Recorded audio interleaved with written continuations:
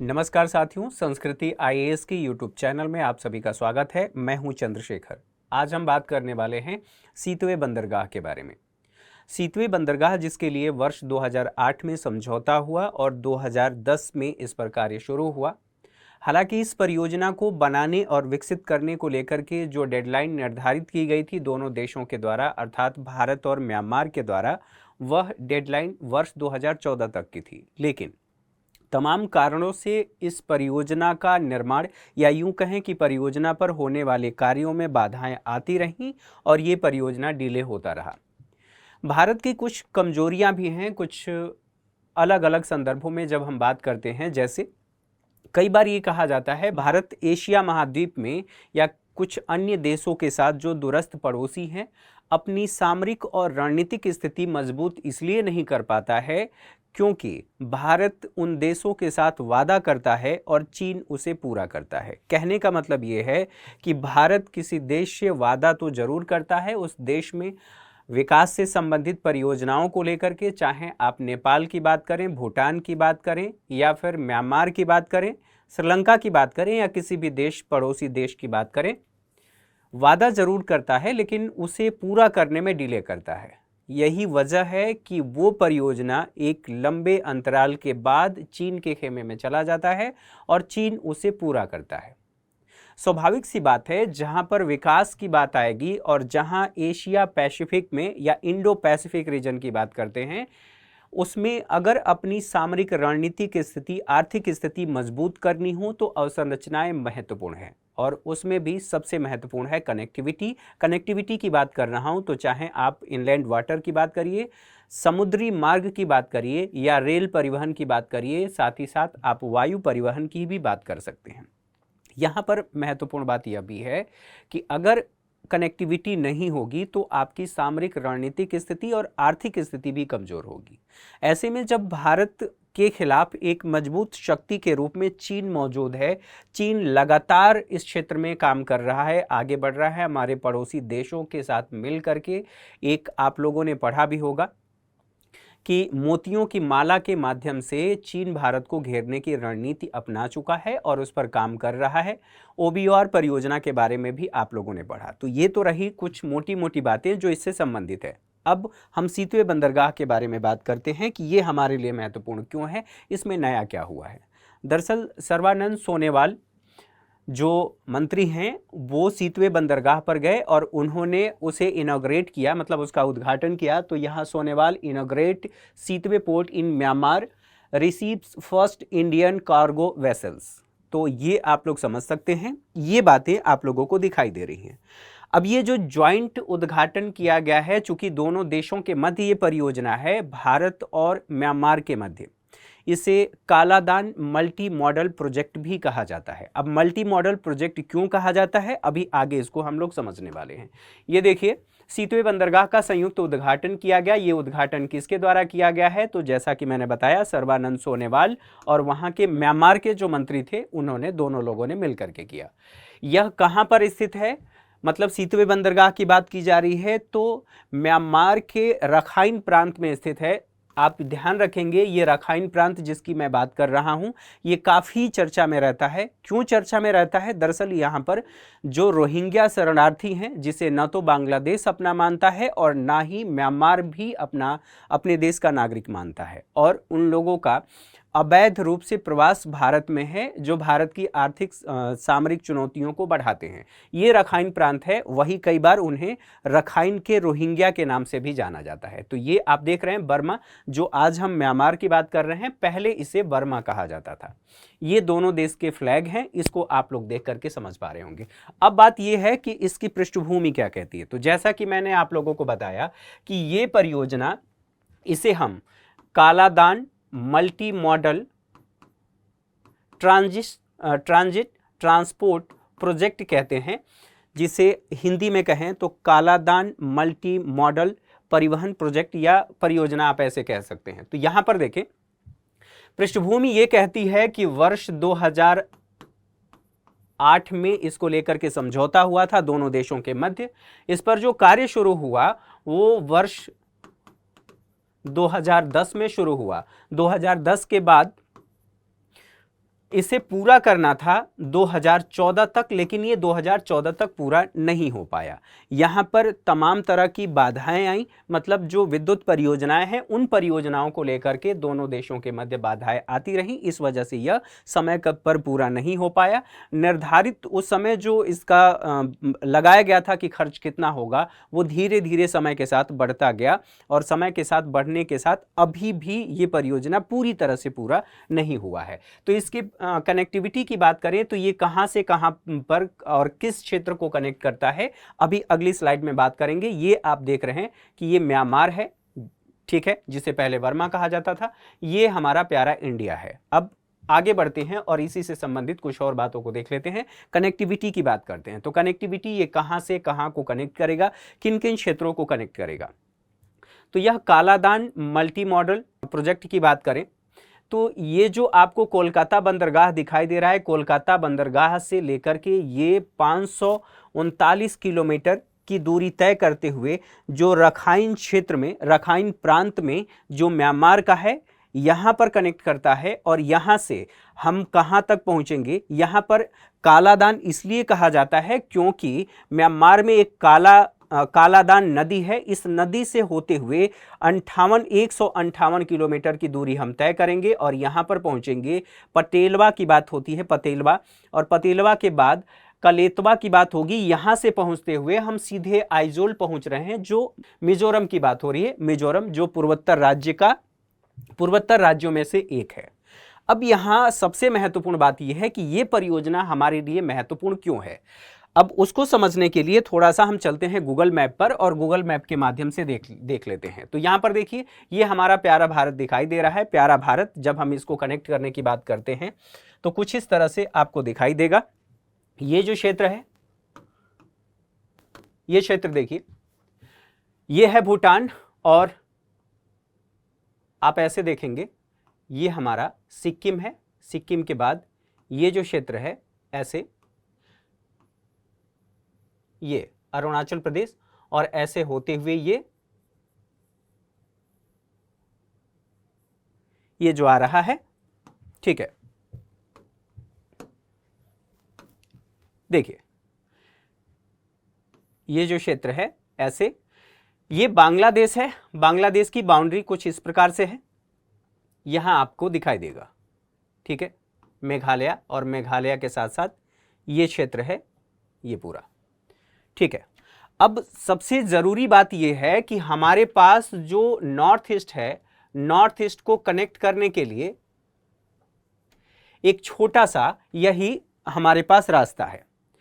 In case in future में अगर कभी चीन के साथ हमारा विवाद उठता है इस क्षेत्र में, हालांकि चीन के साथ विवाद है ही, तो यहां पर चीन इस क्षेत्र को ब्लॉक कर सकता है, जिसे हम चिकन नेक कहते हैं। और इस चिकन नेक के माध्यम से जो हम पूर्वोत्तर के 7 राज्यों से कनेक्ट होते हैं, इससे हमारी कनेक्टिविटी खत्म हो जाएगी और फिर हमारे लिए इसको दोबारा पाना मुश्किल हो जाएगा। ऐसी स्थिति में, और चूंकि बांग्लादेश जब 1971 में बना तो भारत ने सहयोग किया, ये ठीक बात है कि इस क्षेत्र से हम जा सकते थे, बांग्लादेश हमें रास्ता देता है, ठीक बात है। लेकिन कोई जरूरी नहीं है कि हमेशा हमारा बांग्लादेश से संबंध सामान्य रहे और वो हमें रास्ता देता रहे। तो ऐसी स्थिति में अपने भविष्य की योजनाओं को ध्यान में रखते हुए, सामरिक और रणनीतिक महत्व को ध्यान में रखते हुए, व्यापारिक महत्व को ध्यान में रखते हुए, और इन क्षेत्रों में जो आप साउथ चाइना सी की बात करेंगे, आसियान की बात करेंगे, उन सभी क्षेत्रों को ध्यान में रखते हुए कनेक्टिविटी सुनिश्चित करना जरूरी था। इसलिए भारत ने इन क्षेत्रों में अर्थात नॉर्थ ईस्ट में अपनी पहुंच बनाने के लिए और अपनी एक्ट ईस्ट पॉलिसी को पूरा करने के लिए, उसमें और अपनी मजबूत स्थिति बनाए रखने के लिए, क्योंकि जो ये नॉर्थ ईस्ट है, ये नॉर्थ ईस्ट गेटवे है किसके लिए, तो हम बात करते हैं आसियान के लिए, और साथ ही साथ हम अपनी एक्ट ईस्ट पॉलिसी की बात करते हैं जो वर्ष 2014 में शुरू किया गया था। तो ये बात थोड़ा सा आप लोगों ने समझ लिया। तो यहाँ पर देखें, हमारी जो पहुँच है वो आसान हो जाएगी, चूँकि ये कॉस्ट एफिशिएंट है। साथ ही साथ यहाँ पर जो हमारी स्थिति थी, एक उस वैकल्पिक मार्ग की हम बात कर रहे हैं। वैकल्पिक मार्ग, यहाँ से हम पहुँच रहे हैं सीधे अपने पूर्वोत्तर के राज्यों में, और इन क्षेत्रों से हम बाकी अन्य क्षेत्रों, आसियान की बात करें, साउथ चाइना सी की बात करें, उस क्षेत्र में जो दक्षिण पूर्व एशिया के देश हैं, उन देशों तक हम आसानी से पहुँच सकते हैं। अब ये बात आप लोगों ने समझ लिया। अब इसके बाद महत्वपूर्ण बात ये आती है, ये आप लोगों को दिखाई दे रहा है, वही पोर्ट की बात हम कर रहे हैं। जो सीतवे बंदरगाह है उसका लाभ किसको होगा और कौन कौन से लाभ हो सकते हैं, उनके बारे में हम बात करने वाले हैं। देखिए, सीतवे बंदरगाह, इससे दोनों देशों के मध्य परिवहन में सुधार होगा। भारत और म्यांमार दोनों की बात की जा रही है। दक्षिण पूर्व की बात हो रही है, दक्षिण पूर्व म्यांमार।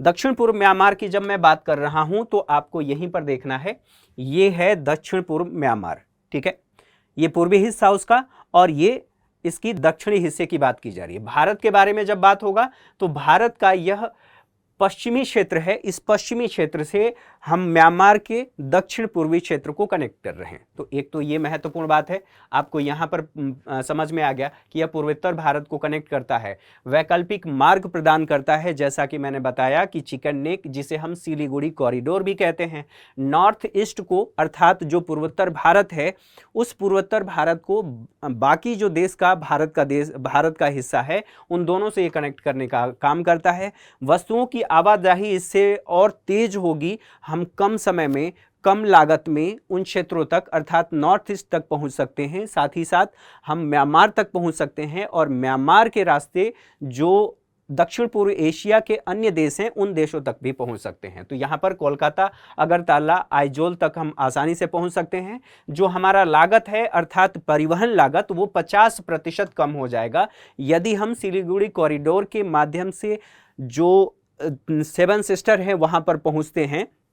हमारा समय भी ज़्यादा लगेगा और साथ ही साथ वहां हमारा जो पैसा है अधिक लगेगा। इस वजह से ये कॉस्ट इफिशिएंट है, क्योंकि 50% लागत में कमी आ रही है।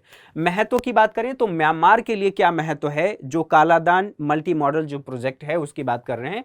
द्विपक्षीय व्यापार में इससे वृद्धि होगी दोनों देशों के मध्य, यानी कि भारत और म्यांमार, और न केवल भारत म्यांमार बल्कि यहां दक्षिण पूर्व एशिया के देशों के साथ व्यापार में वृद्धि होगी। रखाइन क्षेत्र की बात करें जो म्यांमार में स्थित है, उस रखाइन क्षेत्र की स्थानीय अर्थव्यवस्था का विकास होगा, और जैसे जैसे वहां की स्थानीय अर्थव्यवस्था का विकास होगा वहां पर स्थायित्व आएगा, और जो विद्रोह की समस्या वहां पर देखी जाती है, जो रखाइन क्षेत्र में है, एक स्थानीय समुदाय के बारे में जैसा कि हम लोगों ने जिक्र किया, रखाइन के रोहिंग्या, उनकी स्थिति में भी कुछ सुधार आने की संभावना है।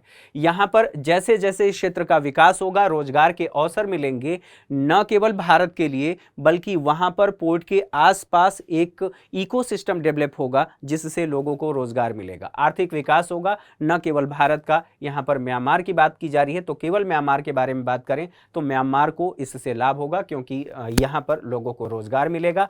और जैसे जैसे कनेक्टिविटी म्यांमार में बेहतर होगी, वैसे वैसे म्यांमार में निवेश भी बढ़ेगा, और निवेश बढ़ने से उसकी अर्थव्यवस्था आगे बढ़ेगी।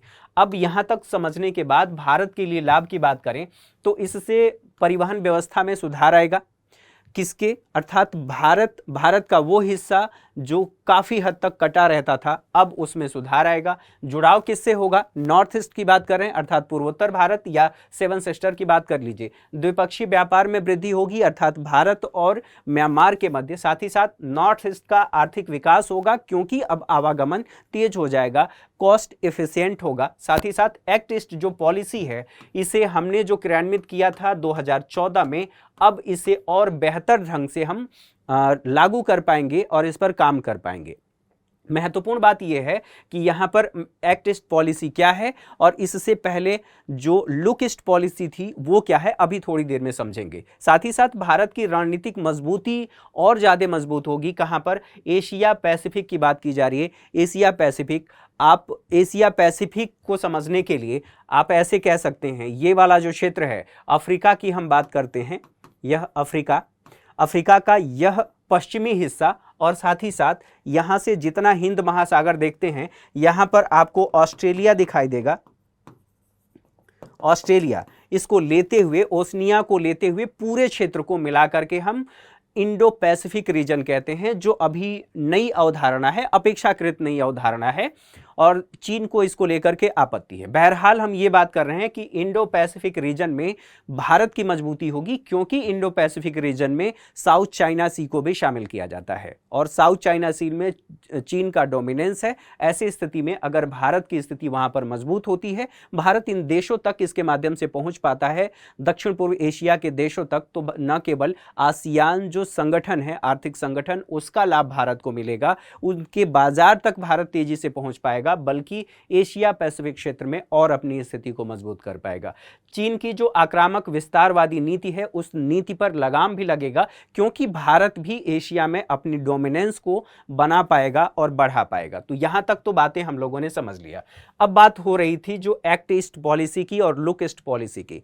तो लुक ईस्ट पॉलिसी की जब हम बात कर रहे हैं, लुक ईस्ट पॉलिसी, तो लुक ईस्ट पॉलिसी की शुरुआत इसलिए हुई क्योंकि 1991 से पहले ही हमारी अर्थव्यवस्था बहुत ज्यादा, अर्थव्यवस्था की स्थिति खराब थी और उस अर्थव्यवस्था की स्थिति खराब होने के साथ साथ, अगर आप लोगों को याद हो तो द्वितीय विश्व युद्ध के बाद शीत युद्ध शुरू हो गया था और शीत युद्ध में आपने देखा था, अगर आप लोगों ने पढ़ा है, आप लोगों ने देखा ही होगा, ऑब्वियस सी बात है, यूपीएससी एस्पायरेंट है तो आप लोगों ने देखा ही होगा कि 1991 में यूएसएसआर का विघटन हो जाता है और यूएसएसआर के विघटन के बाद अब हमारे लिए बहुत ज़्यादा चुनौती खड़ी हो जाती है। उसी समय हम अपनी अर्थव्यवस्था का उदारीकरण करते हैं, जिसे आप उस नाम से जानते हैं, एलपीजी रिफॉर्म।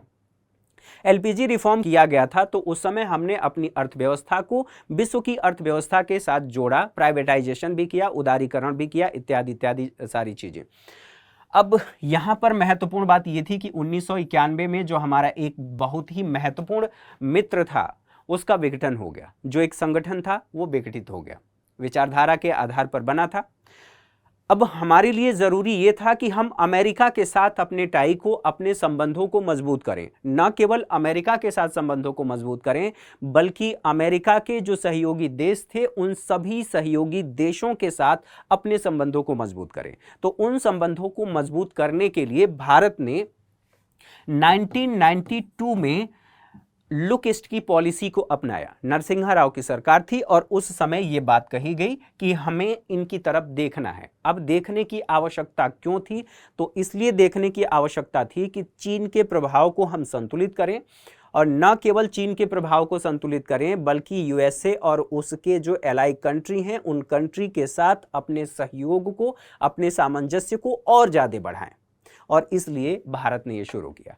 उसके बाद वर्ष 2014 की बात करें तो वर्ष 2014 में जब मोदी गवर्नमेंट आई, तो मोदी गवर्नमेंट ने लुक ईस्ट पॉलिसी को बदल करके एक्ट ईस्ट पॉलिसी ले आई। और एक्ट ईस्ट पॉलिसी में 4C की बात होती है, 4C की बात होती है।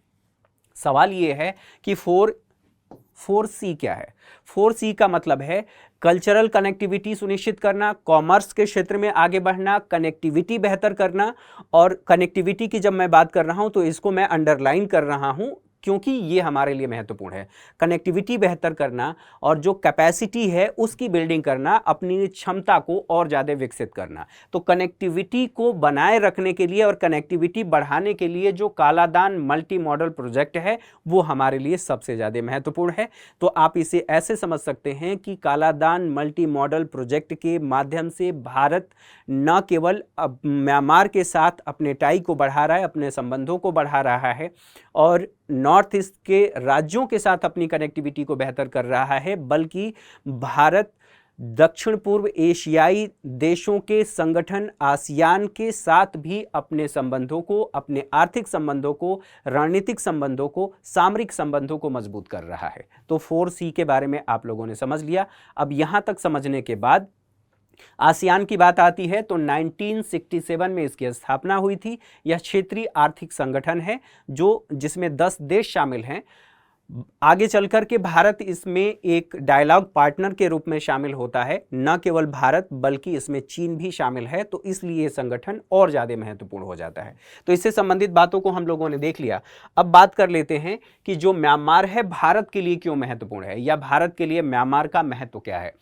तो एक्ट ईस्ट पॉलिसी को मजबूती प्रदान करने के लिए, साथ ही साथ आसियान के साथ और जुड़ाव बढ़ाने के लिए महत्वपूर्ण है, तस्करी को रोकने के लिए। अगर आप लोगों को याद हो तो इधर हम लोगों ने बात किया था कि जो एक अफीम उत्पादक क्षेत्र हैं, उन अफीम उत्पादक क्षेत्रों के बारे में हम बात करें तो यहां पर आप जो देख रहे हैं म्यांमार है, लाओस है, थाईलैंड है, इनको मिला करके ऐसे आप देखेंगे तो एक ट्रायंगल बनता है। ट्रायंगल कुछ इस प्रकार से बनता है, ये ट्रायंगल बनता है, ठीक। तो ये ट्रायंगल और इस ट्रायंगल के साथ साथ आप इसे कनेक्ट करेंगे इस क्षेत्र को, तो आपको दिखाई देगा कुछ इस प्रकार से।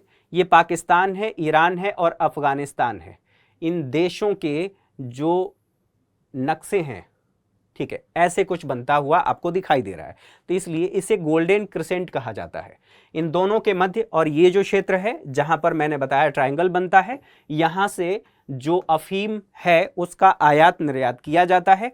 ये जो क्षेत्र है भारत का नॉर्थ ईस्ट, ये काफी मायनों में अस्थिर रहता है। नागालैंड के बारे में आप लोगों ने पढ़ा भी होगा, समझा भी होगा कि इसके साथ भारत सरकार लगातार समझौते करके यहां पर अस्थायित्व लाने का प्रयास कर रही है। लेकिन चूंकि अलग अलग संगठन हैं, एक संगठन से भारत सरकार बात करती है, दूसरा संगठन नाराज हो जाता है क्योंकि उसकी शर्तें कुछ अलग होती हैं। तो यहां पर क्या होता है कि ये जो नॉर्थ ईस्ट का क्षेत्र है, यहां पर जितने भी उग्रवादी संगठन हैं, अलगाववादी संगठन हैं, यहां पर घटनाओं को अंजाम देते हैं। अंजाम देने के बाद यहां पर चले जाते हैं। कुछ समय तक ये भूटान में चले जाते थे और चीन में भी चले जाते थे, जिनसे इन्हें सहायता, मतलब चीन से सहायता भी मिलती थी, यहां से भी सहायता मिलती थी। अब भारत के लिए मुश्किल हो रहा था हमेशा से कि ये जो क्षेत्र है यहां पर अस्थायित्व कैसे लाया जाए। अस्थायित्व तभी हम ला सकते हैं जब यहां पर आर्थिक विकास हो, यहां पर कनेक्टिविटी बेहतर हो। न केवल कनेक्टिविटी बेहतर हो, बल्कि इन क्षेत्रों के साथ हमारे संबंध ऐसे हों कि उन देशों पर हम दबाव बना सकें कि अगर वहां पर ये लोग जाते हैं तो उनके खिलाफ कार्यवाही की जा सके। और इस क्षेत्र में भारत ने काम किया है, भूटान के साथ, नेपाल के साथ और साथ ही साथ यहां पर म्यांमार के साथ जो ये गतिविधियां हैं, इन गतिविधियों पर लगाम लगाया जा सकता है। चूंकि अवैध मादक पदार्थों की तस्करी के माध्यम से इन लोगों को पैसा मिलता है, मानव तस्करी भी की जाती है, तमाम तरह की तस्करी होती है, तो उन सभी घटनाओं पर लगाम लगाया जा सकता है इस प्रोजेक्ट के माध्यम से, इस प्रोजेक्ट को आगे बढ़ा करके। तो यहां पर आप लोगों ने देख लिया, तस्करी रोकने में सहायक होगा। नॉर्थ ईस्ट के जो विद्रोही समूह हैं उनके खिलाफ कार्यवाही आसान होगी, साथ ही साथ घुसपैठ रोकने में भी सहायता मिलेगी। इस क्षेत्र में हम लोगों ने बात कर लिया कि जितने भी घुसपैठ की घटनाएं हैं, उन घुसपैठ की घटनाओं को रोकने में सहायता मिलेगी। तो इससे संबंधित बातों को हम लोगों ने समझ लिया। इसमें कौन कौन सी बातें थी, आप लोगों ने सीतवे बंदरगाह के बारे में समझा, उसके महत्व के बारे में समझा, भारत के संदर्भ में, म्यांमार के संदर्भ में, और भारत के लिए म्यांमार के महत्व को समझा। चूंकि भारत पहले से ही चाहता है, और भारत कहा भी कि वर्ष 2021 में, फरवरी 2021 में म्यांमार में चुनाव हुआ, वहाँ की जो आंग सान सूची हैं, लोकतांत्रिक नेता, वो चुनाव जीत भी गई थी, लेकिन वो सत्ता स्थापित नहीं कर पाई क्योंकि वहाँ पर सेना प्रबल है और सेना सत्ता में आ गई है। भारत हमेशा ये प्रयास करता है कि म्यांमार में शांति स्थापित हो और म्यांमार में लोकतांत्रिक शासन व्यवस्था स्थापित हो। तो इस परियोजना के माध्यम से हमारे कई सारे उद्देश्यों को पूरा किया जा सकता है। इससे संबंधित हम लोगों ने सभी बातों को समझा। तो आज के सेशन में मेरे साथ इतना ही। आपको कैसा लगा ये सेशन, कमेंट करके ज़रूर बताएं। आप सभी की प्रतिक्रियाओं का इंतजार रहेगा। Thank you for watching. अभी तक आप लोगों ने हमारे चैनल को सब्सक्राइब नहीं किया है तो सब्सक्राइब करें, बेल आइकन को भी प्रेस करें ताकि लेटेस्ट वीडियो के नोटिफिकेशन आप लोगों तक मिलते रहें और आप उसका लाभ उठा पाएँ। Thank you for watching.